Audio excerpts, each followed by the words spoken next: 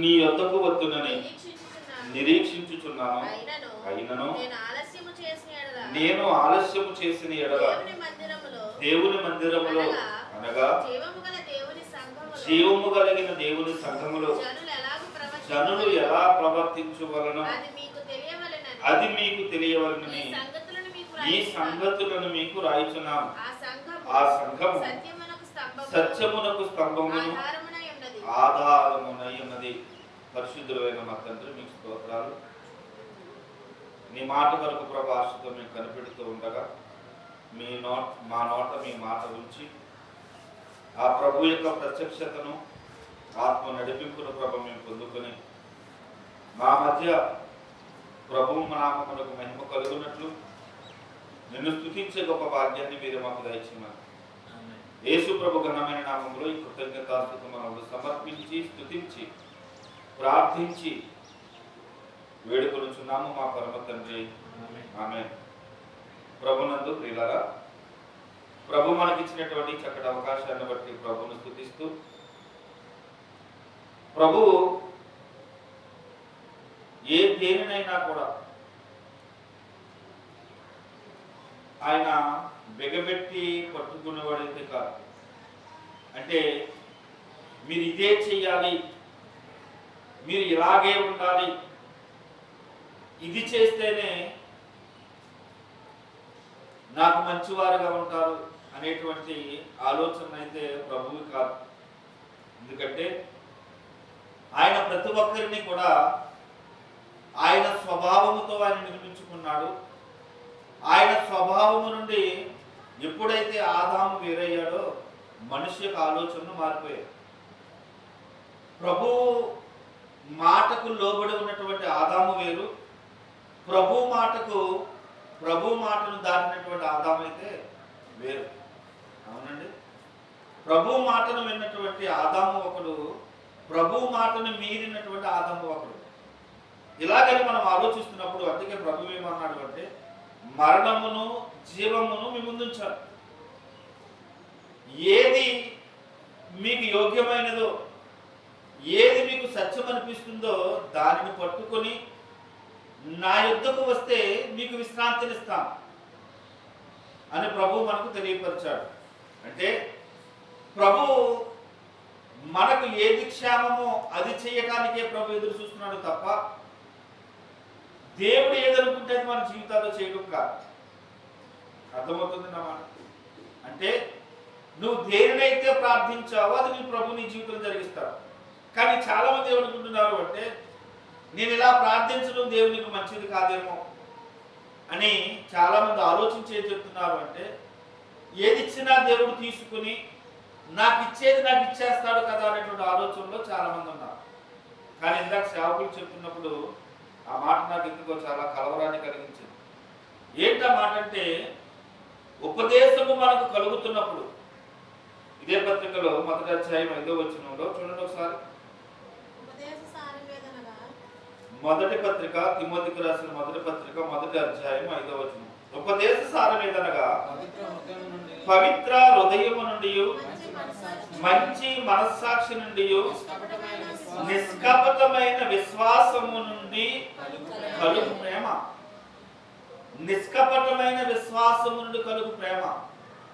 ఆ నిష్కపటమైన విశ్వాసం నుండి కలుగు ప్రేమ ఎలా ఏం చేస్తుందంటే, జీవము కలిగిన సంఘములో మనం ఎలా ప్రవర్తించాలో మనకు నేర్పిస్తుంది. దేవునికి స్తోత్రం.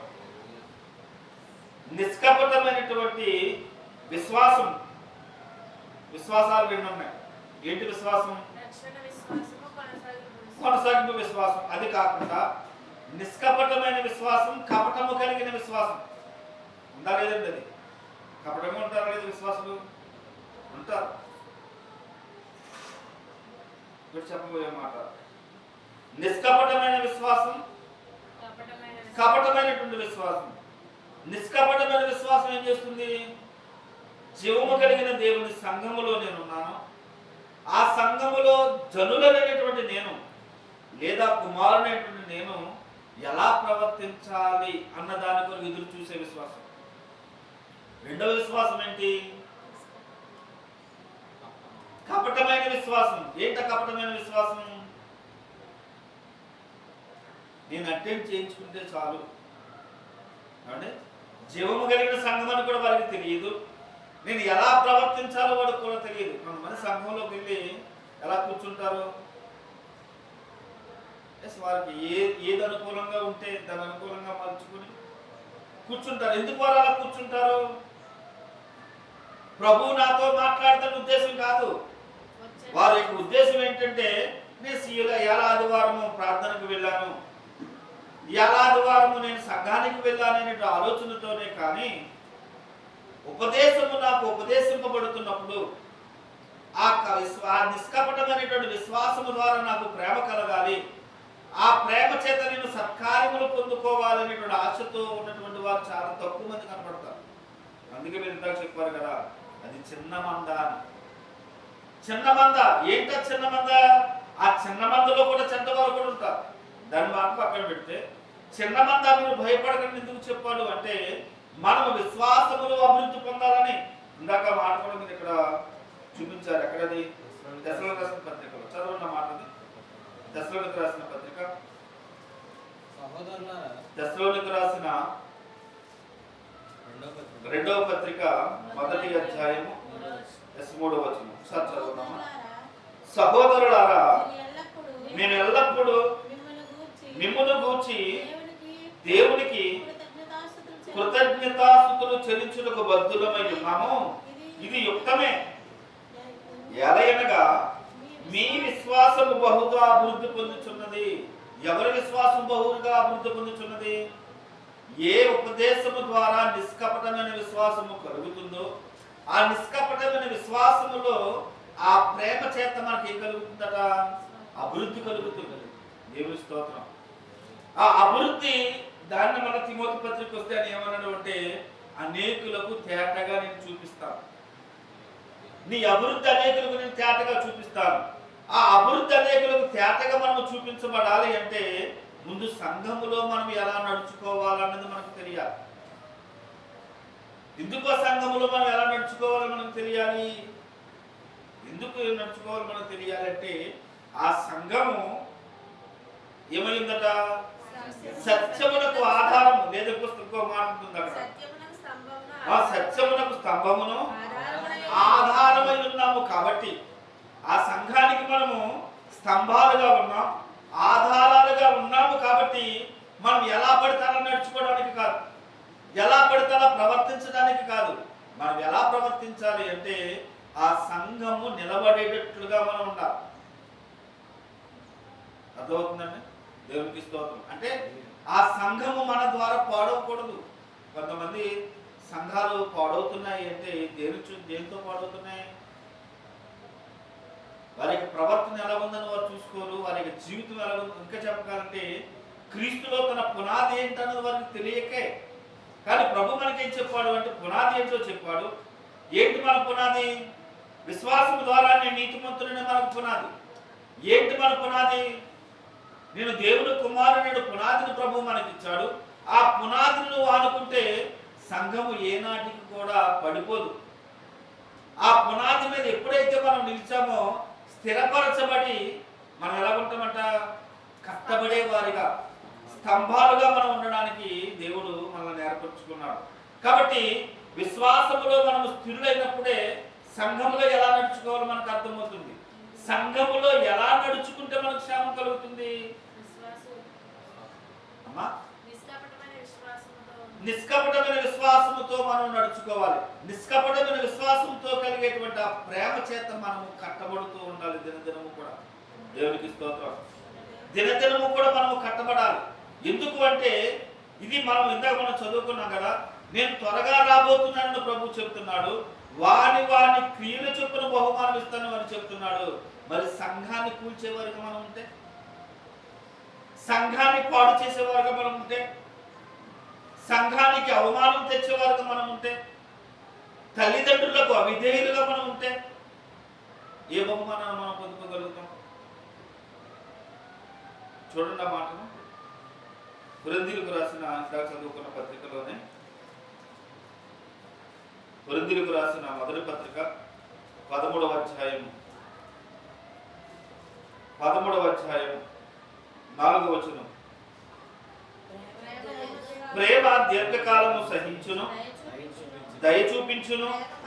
ప్రేమ మత్సరపడదు, ప్రేమ డంబముగా ప్రవర్తింపదు, అది ఉప్పొంగదు, అమర్యాదగా నడవదు, స్వప్రయోజనం విచారించుకొనదు, త్వరగా కోపపడదు, అపకారమును మనస్సులో ఉంచుకొనదు, దుర్నీతి విషయమై సంతోషపడక సత్యమందు సంతోషించును అని ఇక్కడ రాయబడి ఉంది. కానీ సత్యమందు మనం సంతోషించకపోతే అని భాష గారు ప్రేమ దీర్ఘకాలము సహించుందని చెప్పారు కదా, మనం సహించకపోతే, ప్రేమ డంబమును కోరదు, మనం డంబంతో ఉంటే, ప్రేమ మత్సరపడదని చెప్పాడు, మనం మత్సరంతో ఉంటే ఉంటామా ఉండమా? ఉంటాయి, ఉండగలం. ఎందుకంటే మనం ఎక్కడున్నాం? శరీరంలో ఉన్నాం కాబట్టి ఉంటాయి అని ప్రభువు చెప్తున్నాడు. మరి ఉంటాయి అంటే ఎవరిలో ఉంటున్నాయి? శరీరంలో ఉన్న వారిలో ఉంటున్నాయి. మనం ఎక్కడున్నాం? అంటే ఆత్మయుందం. మరి ఆత్మయుందన్న వాళ్ళు ఇవి అభివృద్ధి పొందాలా, ఇంకా కిందకు వచ్చేయాలా? అంటే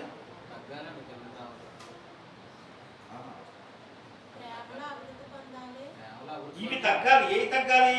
మనం ఆత్మలో ఉన్నాము కాబట్టి ఆత్మలో అభివృద్ధి పొందాలి. ఆత్మలో ఎప్పుడైతే మనం అభివృద్ధి పొందుతామో ప్రేమ ఏమవుతుంది? ప్రేమ పెరుగుతుంది, డంబాన్ని కోరుకోదప్పుడు. కానీ మనం ఎక్కడున్నామని ఆలోచించుకుంటున్నాం?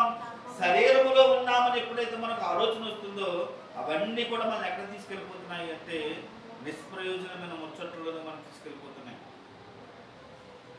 అంటే ఏ బహుమానం కొరకైతే మనం ఆశపడుతున్నామో, ఏ బహుమానం కొరకు మనం నిరీక్షిస్తున్నామో, ఏ బహుమానం పొందుకోవాలని నా ప్రభువు ముందు నేను ప్రశంసించబడాలి, నా ప్రభువు నేను మహిమపరచని ఆశ మనకుంది. కానీ మనం ఎప్పుడైతే శరీరంలో ఉన్నాము అనేటువంటి ఆలోచన మనకు కలుగుతుందో ఇవన్నిటి ముందు కూడా ప్రభు మనం ఏం చేస్తున్నాడు అంటే, ఏం చేస్తాడు ప్రభు అయితే ఏం చేయడు. ఆయన నిన్న నేడు నిరంతరము ఏకరీతిగా ఉన్నాడు. కానీ మనము జీవించవలసిన జీవితంలో లోటులు కనబడతాయి. మనం అనుభవించవలసినటువంటి అనుభవాలను మనం పొందుకోలేము. మనం జీవించవలసిన జీవితంలో ఏమంటారు? ఇందాక మీరు చెప్పారు కదా, అలలు తాకిడులు ఎక్కువైపోతాయి. అలలు తాకిడులు ఎక్కువైపోయి ఏం చేస్తాయి? చివరికి ముఖాముఖిగా అర్థములు చూసుకున్నట్లుగా మన ముఖాలలో కరడవచ్చు. చూడండి ఏముందమ్మా, అప్పుడు ఇప్పుడు అర్థములో చూచినట్లుగా సూచనగా చూసిన, అప్పుడు ముఖాముఖిగా చూస్తాం. ఇప్పుడు ముఖాముఖిగా చూస్తాం. ప్రేమలో అభివృద్ధి పొందితే మనం ముఖాముఖిగా చూడగలుగుతాం. ఎప్పుడైతే మనం ఆత్మీయతలో బలహీనమయ్యామో, ఆత్మానుభవంలో మనం బలహీనమయ్యామో ముఖాముఖిగా మనం చూడలేము. అంటే ఇప్పుడు మీ పట్ల నేను తప్పు చేశానండి, మీ పట్ల నేను తప్పు చేసినప్పుడు మీ దగ్గరికి వచ్చి నేను మాట్లాడగలుగుతానా? మాట్లాడలేను. ఎందుకంటే కొత్త నాకు సిగ్గు ఉంటుంది. ఎందుకంటే ఒక టైంలో నేను ఈయనతో ఇలా మాట్లాడాను, ఈయనతో నేను ఇలా తప్పుడుగా ప్రవర్తించాను కాబట్టి నేను ఎలా ముఖం చూడగలుగుతాను? ఆ రీతిగానే దేవుడు మనకి ఏం చెప్పాడు? జీవమును మరణమును మీ ముందు ఉంచాను, మీరు ఏది కావాలో అది తీసుకోండి. కానీ మీరు నా దగ్గరకు వచ్చినప్పుడు నన్ను ఒక రోజు చూడవలసిన గడి వస్తుంది మీకు. ఆ గడియలో ఏదైతే మీరు అభివృద్ధి పొందాలని ఆశతో అభివృద్ధి పొంది వచ్చారో అప్పుడు మనం ఎలా చూడగలుగుతాం? తేటగా మనం చూడగలుగుతాం. అలా చూడలేకపోయామనుకో, లేదా అలా రాలేకపోయామనుకో మనము సిగ్గుపరచబడతాం. అవునండి, మనం సిగ్గుపరచబడతాం. ఎందుకు మనం సిగ్గుపరచబడుతున్నాం? ఎందుకు మనం సిగ్గుపరచబడుతున్నాము అంటే ప్రభు వస్తాడు అనే నిరీక్షణ ఉన్నప్పటికీ ఎక్కడో ఇంకా మనకు ఈ శరీరం కొద్దిసేపే కదా, ఈ శరీరం కొద్దిసేపే కదా అనేటువంటి నిర్లక్ష్యంలోకి మనం వెళ్తున్నాం. మన నిర్లక్ష్యంలోనికి వెళ్ళి మనం ఏం చేస్తున్నామట? ఇది జీవం కలిగిన దేవుని సంఘం కాదు అనేటువంటి ఆలోచనలో మనం వెళ్ళిపోతున్నాం. అసలు ప్రభు మొదట్లో ఏం రాయించాడు అంటే కొరింథీ పత్రికలో ఏమని రాయబడి ఉంటుంది? మీరు దేవుని ఆలయం అని రాయబడి ఉంటుంది. ఇందాక మనం చదువుకున్నటువంటి లూకా సువార్తలో ఏమని రాయబడి ఉంది అక్కడ? చూడండి, ఇందాక మనం దేవుడి సేవకులు ఆ మాటను చూపించారు. 20వ అధ్యాయం అనుకుంటా,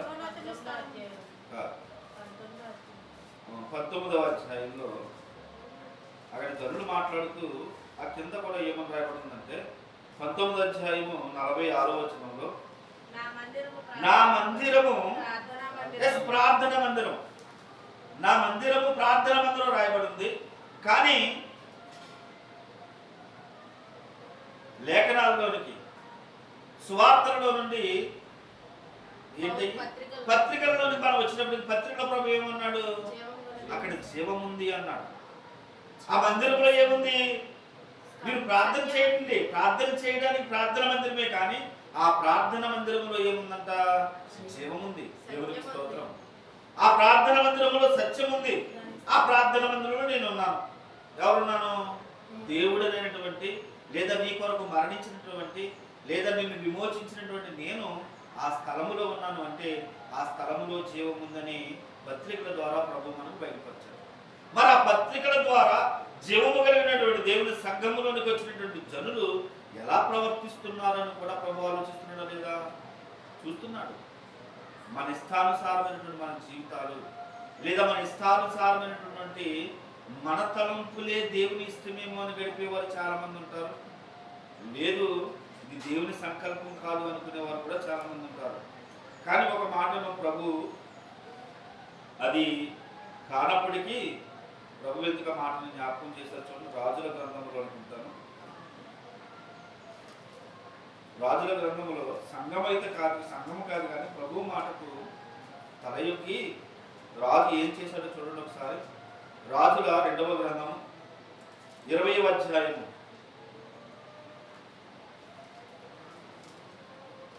20వ అధ్యాయం మొదటి వచనం చదువుదాం. ఆ దినములలో హిజ్కియాకు మరణకరమైన రోగము కలుగగా ఆమోజు కుమారుడును ప్రవక్తియునైన యెషయా అతని యొద్దకు వచ్చి, నీవు మరణమవుచున్నావు, బ్రతుకవు గనుక నీ ఇల్లు నీవు చక్కబెట్టుకునమని యెహోవా సెలవిచ్చుచున్నాడని చెప్పగా. ఇక్కడ మాటను చూడండి. ఇక్కడ సంఘములో కాదు కానీ జరుగుతున్నటువంటి సందర్భం దేవుని యొక్క మాట.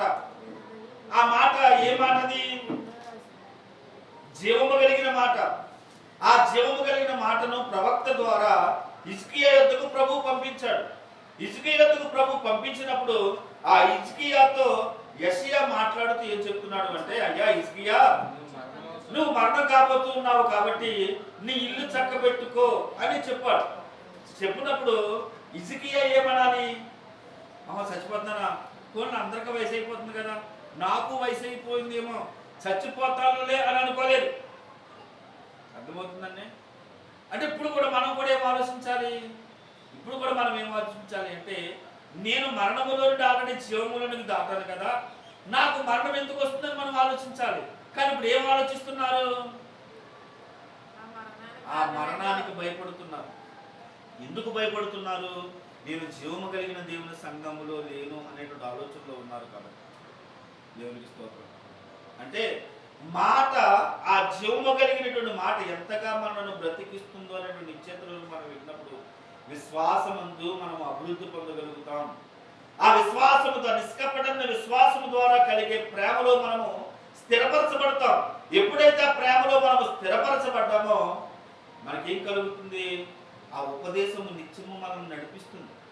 ఆ ప్రభు మాట నిత్యము మనకు ఓరటనిస్తుంది.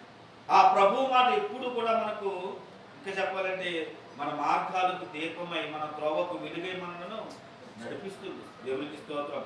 ఆ మాటను చెప్పినటువంటి యెషయా ఆ మాట చెప్పిన తర్వాత హిజ్కియా ఏం చేశాడో చూడండి ఒకసారి. గబగబా వెళ్ళిపోయి సర్లేపోతే పోతాలే. చాలా మంది ఏం చెప్తున్నారు? రే ప్రభుని నమ్ముకోరా, నువ్వు పాపమును విడిపించబడతావు, ప్రభు ఒకరితో రాబోతుంది అని చెప్తుంటే మనం చాలా మంది ఏం చెప్తున్నారు? రానియండి, సత్య చెప్తాం. అందరూ చచ్చిపోతున్నారు కదా, నేను చచ్చిపోతానని చెప్పేసి అంటున్నారే తప్ప, లేదంటే అయితే నేను ప్రభుని నమ్ముకుంటానంటే ఆలోచన రావట్లేదు. కానీ హిజ్కియా ఏం చేశాడు చూడండి, 2వ వచనం. అతడు తన ముఖమును గోడ తట్టు తిప్పుకొని, ప్రభువా, యథార్థ హృదయుడనై సత్యముతో నీ సన్నిధిని, ఏ సన్నిధిని? నీ జీవము కలిగినటువంటి సన్నిధిలో. నీ జీవం మందిరము కాకపోయినా మనం అక్కడ సత్యమును బట్టి ఏం చెప్తున్నాడు అక్కడ?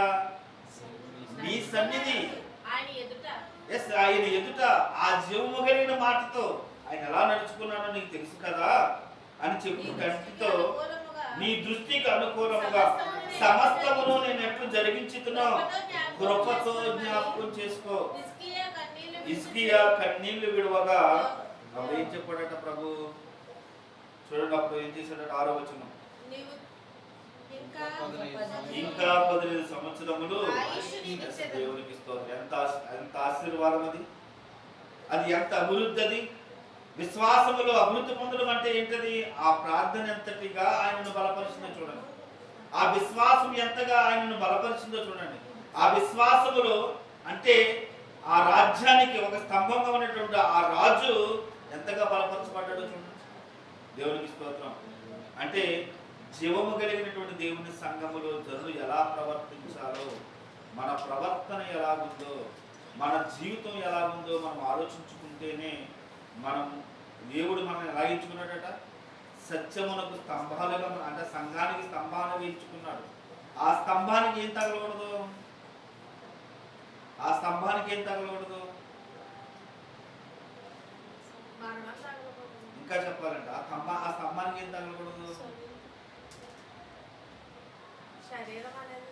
ఒకటి శరీరం అనేది తగలకూడదు, ఇంకోటి తగలకూడదు, అసలైన తగలకూడదు. ఆ స్తంభానికి సరైన రాడు తగలకూడదు. సరైన రాడు తగిలితే ఏమవుతుంది?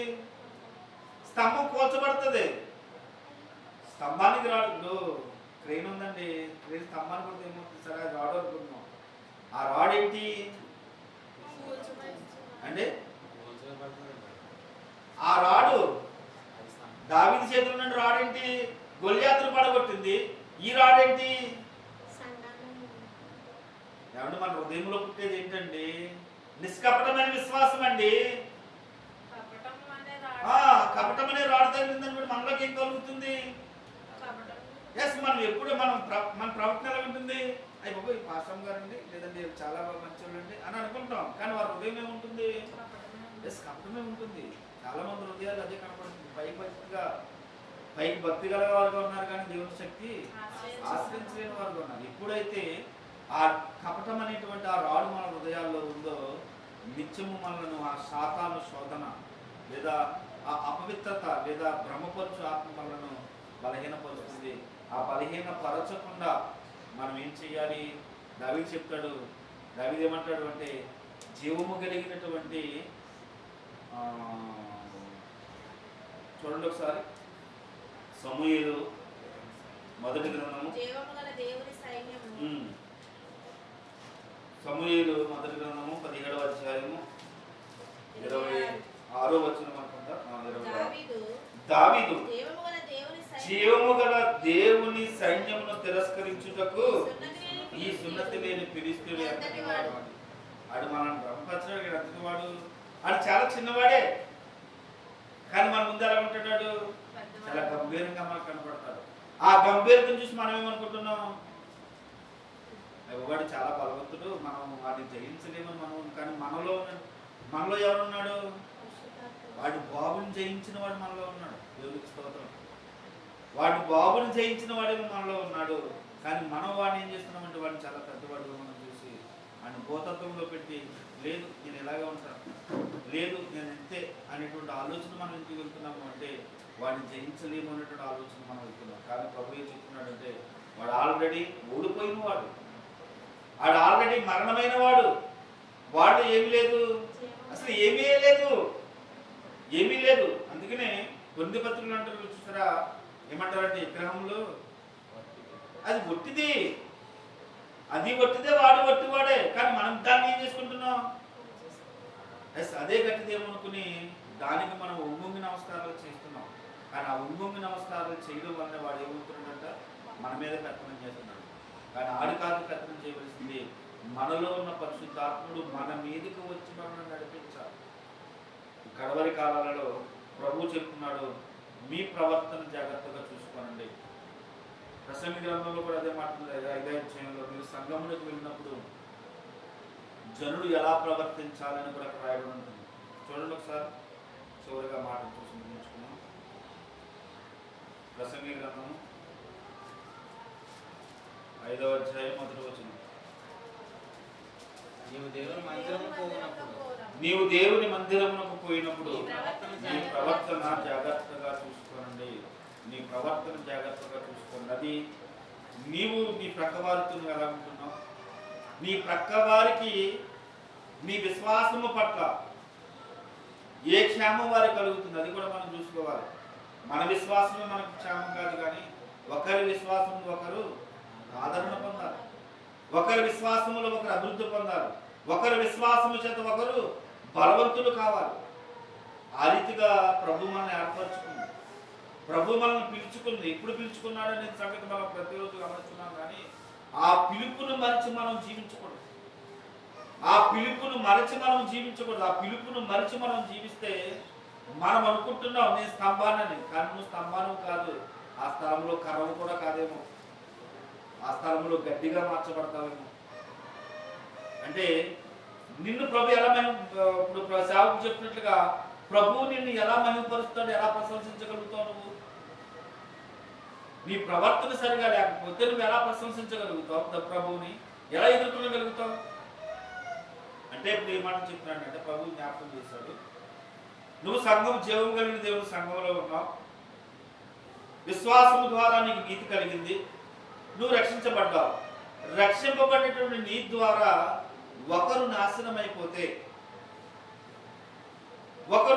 అయిపోతే మరి ఏ బొక్క పట్టిన వెళ్తాం మనం? ఎలా మనం ప్రభు ప్రశంసిస్తాడు అంటే అప్పుడు కూడా బహుమానం కలుగుతుంది. మనం దేని మీద ఉండిపోయామో అంటే ఇలాగున్నా నాకు బహుమానం ఉంది కదా అనుకుంటున్నాం మనం. ఆ బహుమానము గడ్డవ్వచ్చేమో, అవ్వచ్చు కదండి.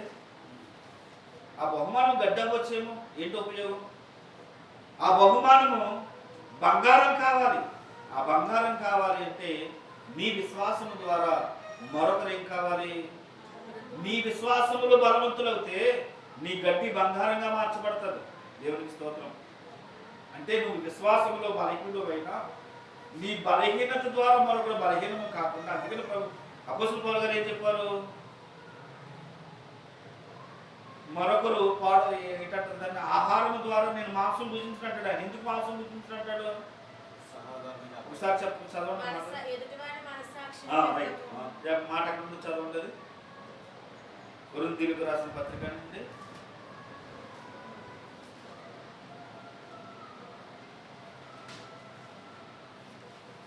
కొరింథీయులకు రాసిన విగ్రహం విషయంలో ఉన్నది సందర్భం అది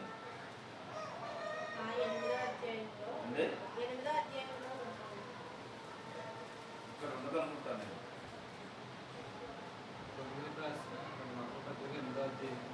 కొరింథీయులకు రాసిన మొదటి పత్రిక 8వ అధ్యాయము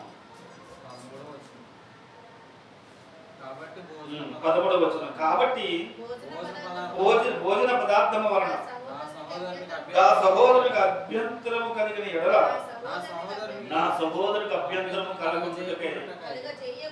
కలుగజేయకుండుటకై నేనెన్నటికి మాంసము తినను. ఇది ఎక్కడ విషయం? అది భోజన విషయం. మరి విశ్వాస విషయంలో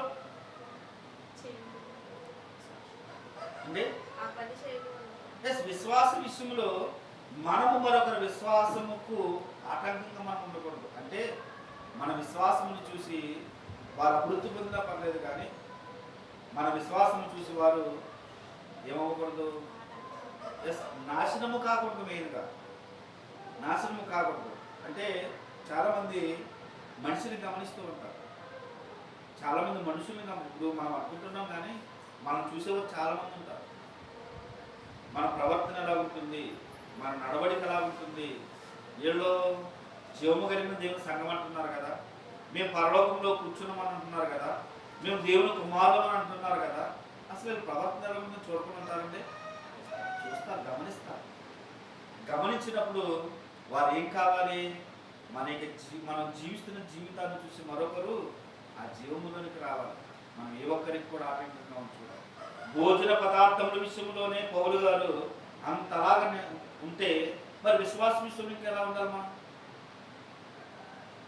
మధ్యాహ్న కాల సమయం మీరు ఆలోచించుకోండి. ఒకవేళ ఈ క్షణమే దాన్ని మనం విడిచిపెట్టి మోసము చేయు ఆత్మను విడిచిపెట్టి, పైకి భక్తి కలిగా నటించే నటనను విడిచిపెట్టి, నిష్కపటమైన విశ్వాసము ద్వారా కలిగే ఆ ప్రేమను మనం పొందుకుంటూ, ఆ ప్రేమ డంబాన్ని కోరదని, ఆ ప్రేమ అమర్యాదగా ప్రవర్తించదని, ఆ ప్రేమ కోపపడదని, ఆ ప్రేమ మత్సరపడదనేటువంటి సత్యాన్ని ఎరిగి జీవము కలిగిన దేవుని సంఘంలో స్తంభాలుగా మనం మలుచుకున్నాం. మనల్ని మరిచాడు దేవుడు. మలచబడిన మనం ఏమయ్యాం? తప్పిపోయాం. తప్పిపోయిన మనమే రూఢిపరుచుకున్నాం. నేను స్తంభాన్ని, ఎందుకంటే నిష్కపటమైన విశ్వాసము ద్వారా నాలో ప్రేమ కలిగింది. ఆ ప్రేమ డంబాన్ని కోరడం లేదు, ఆ ప్రేమ అమర్యాదగా ప్రవర్తించడం లేదు, ఆ ప్రేమ మత్సరపడదు. ఆ ప్రేమ త్వరలో నేను నా ప్రభువుని ముఖాముఖిగా చూసే స్థితిలోనే నన్ను తీసుకువెళుతుంది అనేటువంటి ఆలోచనలోనికి మనం వెళదాం. ప్రభువుని ముఖాముఖిగా చూద్దాం. ప్రభువు మనల్ని ప్రశంసించబోతున్నాడు. ఆ ప్రభువుని మనం మహిమపరుద్దాం. అట్టి కృప ప్రభు మనందరికీ కూడా అనుగ్రహించునుగాక. ఆమేన్. కాబట్టి హిజ్కియా ఏం చేశాడు? ప్రార్థన చేశాడు, ఆయుష్ను పొందుకున్నాడు. ఒకవేళ నీవు ఈ క్షణం ఒకవేళ కపటమైన విశ్వాసంతో ఉంటే ఇప్పుడే ప్రార్థన చేయి. ప్రభువా, ఈ విశ్వాసాన్ని నా నుండి తొలగించి, ఎందుకంటే ఏమీ లేని నన్ను నీ కుమారుడుగా చేసుకున్నావు. రక్తపు మడుగులు అపరాధములతో పాపములతో చచ్చినటువంటి నన్ను ఏం చేసుకున్నావు? నీ రక్తము చేత నన్ను కడిగి నీ జీవము కలిగిన సంఘంలో కూర్చొని నేను ఏ ఒక్కరికి ఆటంకంగా ఉండకూడదు, అనేకులకు క్షేమాన్నిచ్చేవాడుగా నేను ఉండాలి, నా విశ్వాసము అంతకంతకు అభివృద్ధి పొందాలి అని ఒక్కసారి మోకరించి ప్రార్థన చేయగలిగితే ప్రభు ఈ దినమందే ఆ నూతన హృదయమును మనలో పుట్టిస్తాడు, నూతన ఆత్మను మీకు ఇస్తాను. ఆయన ఏం చెప్పాడు? మీలో ఆ రాతి గుండెను తీసివేసి మాంసపు గుండెను మీకు ఇస్తానని ప్రభువు చెప్పాడు. ఆ గుండెను మనము మనకు అనుకోవడం కాదు. మనం అనుకుంటే మన గుండె రాతిగా ఉన్నవి ఏమనుకుంటాం? నా గుండె మెత్తగా ఉందనుకుంటాం. కానీ ప్రభువు తెలుసు మన గుండె రాతిగా ఉందని. మనం అనుకుంటాం నా గుండె మెత్తగా ఉంది, నా ఆలోచనలు వాళ్ళు రక్షించబడాలి, వీళ్ళు రక్షించబడాలి అని ఆలోచిస్తున్నాం, మనం అనుకుంటున్నాం. కానీ మన రక్షణ విషయంలో జీవము కలిగిన దేవుని సంఘములో మన ప్రవర్తన ఎలాగుందనే దాన్ని మనము గమనించుకుంటేనే ప్రభు పాదాల ముందు మనం పడగలం. అది లేకపోతే మనం ప్రభు పాదాల ముందు మనం పడలేము. మెప్పు, మహిమ, ఘనత మనకు వస్తాయి. ఇప్పుడు వస్తాయి, ఒకప్పుడు వస్తాయి. అప్పుడు రావాలి అంటే ఇప్పుడు మన స్థితిని మనం తెలుసుకొని ప్రభు పాదాల ముందు పడాలి. అప్పుడే మనలో ఉన్నటువంటి ఆ గడ్డిని కాల్చివేసి, మనలో ఉన్నటువంటి ఆ నిష్ప్రయోజనం ముచ్చట్లను కాల్చివేసి, మనలో ఉన్నటువంటి కపటమైన విశ్వాసాన్ని కాల్చివేసి ఏమిస్తాడు ఆయన? స్థిరమైనది, మంచిది, జీవము కలిగినది ప్రభు మనకు అనుగ్రహిస్తాడు. ఆ అనుభవాల్లోని హిజ్కియా వెళ్ళాడు. 15 సంవత్సరాల ఆయుష్ను పొందుకోగలిగాడు. ఇప్పుడు మనం ఆ అనుభవాల్లోకి మనం వెళ్దాం. రాబోతున్నటువంటి ప్రభు రాకకు మనము సిద్ధపడతాం, అనేకులను మనం సిద్ధపడతాం. అట్టి కృప ప్రభు మనకు అందరికీ అనుగ్రహించును గాక. ఆమేన్. పరిశుద్ధుడైన మా తండ్రి, మీకు స్తోత్రాలు. కాలము బాగు కొంచెముగా ఉందని, వచ్చుచున్నవాడు ఆలస్యం చేయక వచ్చుచున్నాడని, ఆ వచ్చుచున్నవాడు ఆలస్యం చేయక వస్తున్నాడని తెలిసి కూడా తండ్రి, జీవము కలిగిన దేవుని సంఘములో మేము ఎలా నడుచుకోవాలో అనే దాని కొరకు మీరు నేర్పించిన సంగతిని బట్టి ప్రభావం స్తోత్రాలు. హిజ్కియా గోడ తట్టు తిరిగి తండ్రి ప్రార్థన చేశాడు. దేవాని సంఘంలో ప్రభు నేను ఎలా నడుచుకున్నాను నీకు తెలుసని చెప్పగలిగాడు. అలాగే ప్రభా, మేము నాయన కపటమైన విశ్వాసంతో దేవుని యొక్క శక్తిని ఆశ్రయించలేని వారుగా ప్రభా మేము ఉండి, దేవా మేము ఎంత ప్రార్థన చేసినది మాకు ఆటంకమే. దేవా, అపోస్తలుడైన పౌలు గారు సహోదరుని నిమిత్తము నాయన నేను మాంసము ముట్టను అన్నారు. కాబట్టి ప్రభా, నా యొక్క విశ్వాసము ద్వారా అనేకులు విశ్వాసములో బలపరచబడాలి అనేటువంటి ఆలోచన ప్రభా మీరు నేర్పించినందుకు మీకే స్తోత్రాలు చెల్లిస్తూ, ఏ ఒక్కరికి మేము ఆటంకముగా ఉండక దేవా, హిజ్కియా ఆయుష్ పొందుకున్నట్లుగా మరలా ఈ దినమందే మరి దేవా మా రాతి ముందున ప్రభు మాంసము గుడ్డుగా మీరు మార్చి, నూతన ఆత్మను ప్రభ మీరు మాకు ఇచ్చి మమ్మల్ని నాయన నూతనముగా మరలా ఈ దినమే మమ్మల్ని అందరినీ కూడా మీరు పుట్టించి నిన్ను స్తుతించే గొప్ప భాగ్యాన్ని మీరు మాకు అనుగ్రహించమని కృప కలుగును గాక. చేరువచ్చిన బిడ్డలందరినీ కూడా మీ కృప గలస్తలుగా అప్పగించుకుంటూ నాకు ఇచ్చిన ఈ సంగతిని బట్టి మేము స్తుతిస్తున్నాం. యేసుక్రీస్తు ప్రభు ఘనమైన నామంలో ఈ కృతజ్ఞతాస్తుతులను సమర్పించి స్తుతించి ప్రార్థించి వేడుకొని సమస్తాన్ని పొందుకున్నాము మా పరమ తండ్రి. ఆమేన్. ఆరాధనలో చివరి భాగమైన కాంతుల సేకరణ మన హృదయములు నిశ్చయించుకున్న ప్రతి ప్రభువుకి ఇచ్చి ప్రభు పనులు మరింత ముందుకు సాగాలని ప్రభు కార్యాన్ని కూడా తెలియజేస్తున్నాం.